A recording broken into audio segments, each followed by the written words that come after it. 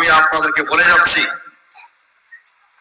মহিলা মাদ্রাসা করবেন, যে মেয়ে 100% পর্দা করবে তাকে রাখবেন, নাই বিদায় দিয়ে দেবেন। কোনো বড় দরকার নাই মহিলা মাদ্রাসায়।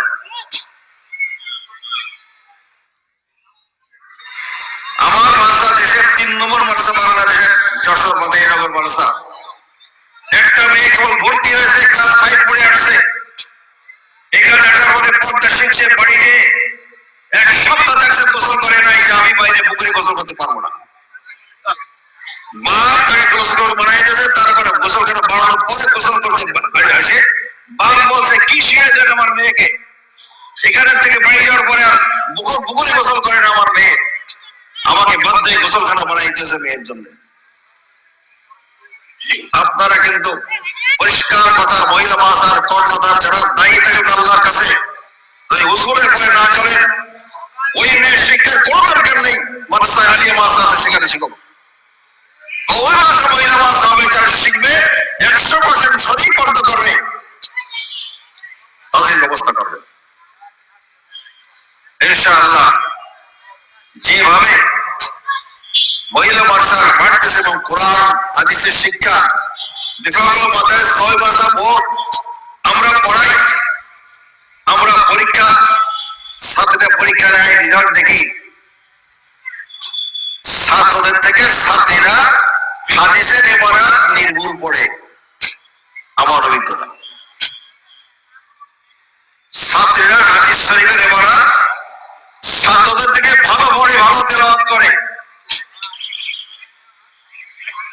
অবশ্য আমার এখানে পুরুষ মহিলা আছে, পুরুষরা পড়ে মাইকে মহিলাকে শোনে। এখন আর মেয়েরা পড়ার সুযোগ নেই, শুধু আওয়াজ শোনে, শিক্ষকদের চাকরি শোনে। যখন আলাদা আলাদা ছিল, আমার এই অভিজ্ঞতা এটা ছিল যে মেয়েরা নির্ভুল পড়তেছে, ছেলেদের থেকে ভালো পড়তেছে।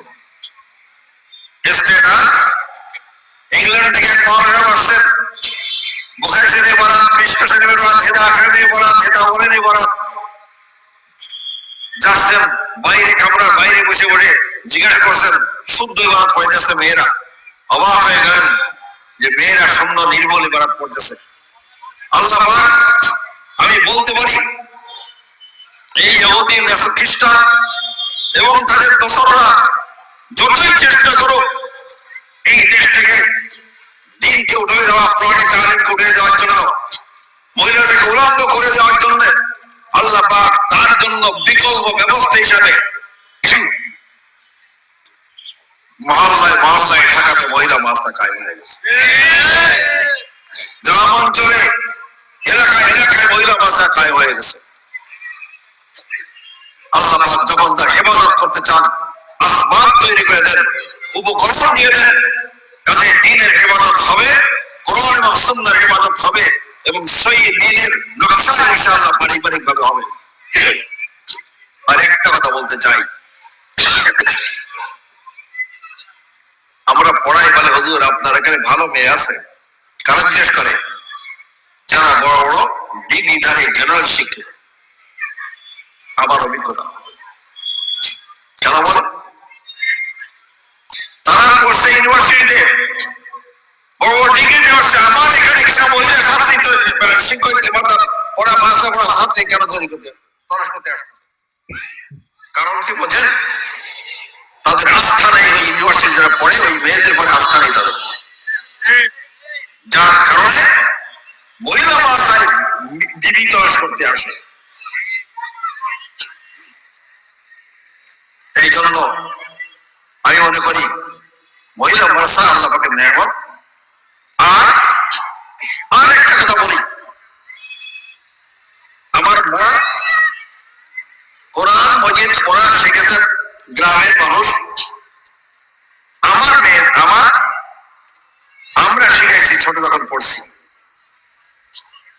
আমার বিবি বড় বিশ্বাসের মেয়ে আমার এলাকা, কিন্তু নির্ভুল কোরআন শরীফ তেলাওয়াত শিখছে, নির্ভুল তাসবিহ সহ আমার মেয়েদের কাছে। কথা কি বুঝছেন? বড় বিশ্বাসের মেয়ে কোরআন শরীফ সব তেলাওয়াত সব জানে, কিন্তু তাসবিহ সহ সেই জমানা হয়তো ছিল না। আমার মেয়েদের কাছে আমার বিবিটা, আমার মেয়ে তার মাকে শিখেছে, আমরা আমাদের মাকে শিখাইছি।